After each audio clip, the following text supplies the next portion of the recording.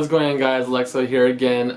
First off, you'll notice the background is a little different because I'm moving, and just like the movie I'm discussing, I'm going on an adventure. So yes, we are talking about Onward right now. This movie takes Peter Parker and Peter Quill, or Spider-Man and Star-Lord, puts them together, makes them go on a quest. That's right, a quest. A quest! Onward! First off, I want to say these characters really feel like they are Chris Pratt and Tom Holland. I feel like that's how they would act in real life if they went on a quest together. Now, Onward follows the story of two brothers that find this magical staff given to them by their father, but their mother supplies it from the attic. They read this ancient spell. Now, in this world, magic is real, but it is an ancient history now. Everyone's like caught up with the times. Everyone's into satellites and cell phones and automobiles and, you know, like us.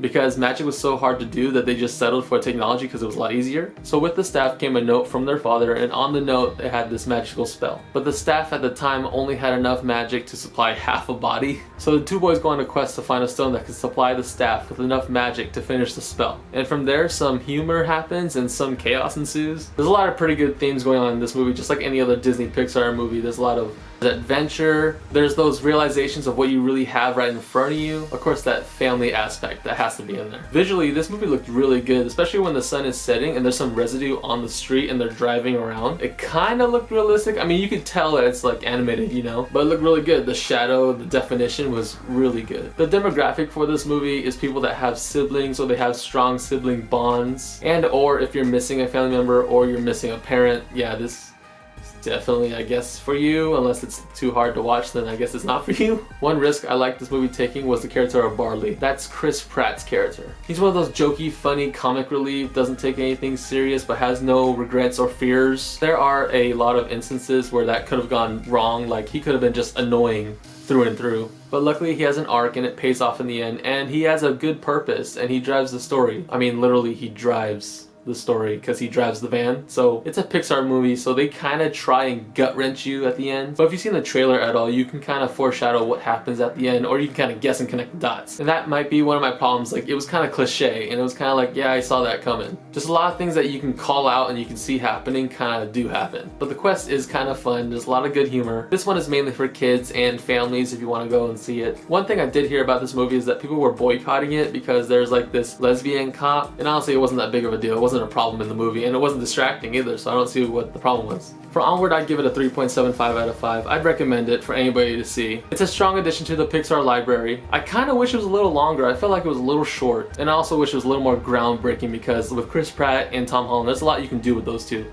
But again, I think it's a fun movie, and I had no problem going to see it in the theater. That's gonna be it for me, guys. Don't forget to like and subscribe if you want to see more content just like this one. And as always, y'all take care, and I'll see y'all a little bit later.